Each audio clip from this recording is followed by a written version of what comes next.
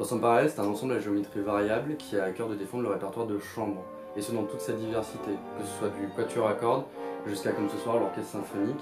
avec la contrainte qu'on ne doit pas excéder le nombre de 50 musiciens. Ce qui est super intéressant dans la démarche du parallèle, c'est que c'est pas forcément un orchestre symphonique gigantesque, c'est un orchestre symphonique qui nous permet de se faire la main sur certaines choses. On a en fait ce travail dans les ensembles plus restreints, mais ici il est vraiment poussé à son paroxysme et c'est ça qui est extrêmement intéressant.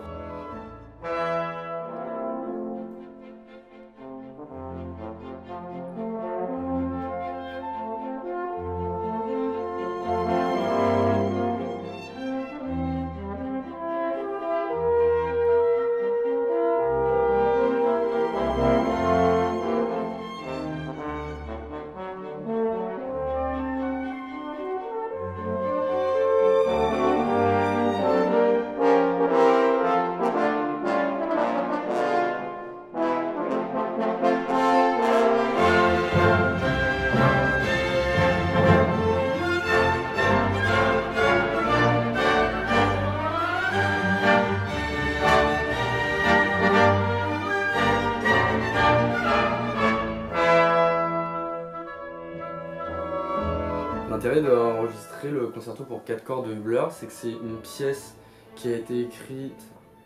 presque en réponse à son homonyme beaucoup plus connu qui est le Concertstück de Schumann. C'est une pièce qui est étudiée par des cornistes dans le monde entier, mais dont il existe très peu d'enregistrements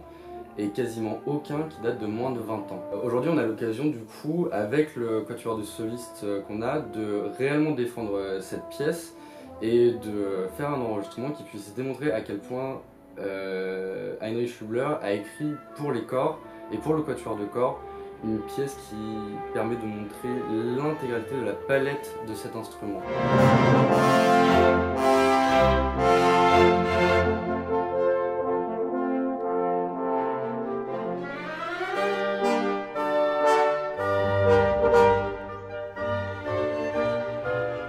L'intérêt de ce qu'on essaie de faire aussi ce soir, c'est de réaliser un réel partenariat avec l'équipe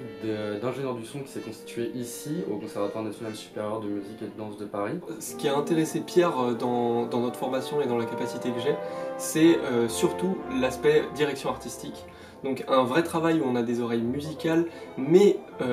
où on a aussi une vision technique du son, où on est capable d'avoir un interlocuteur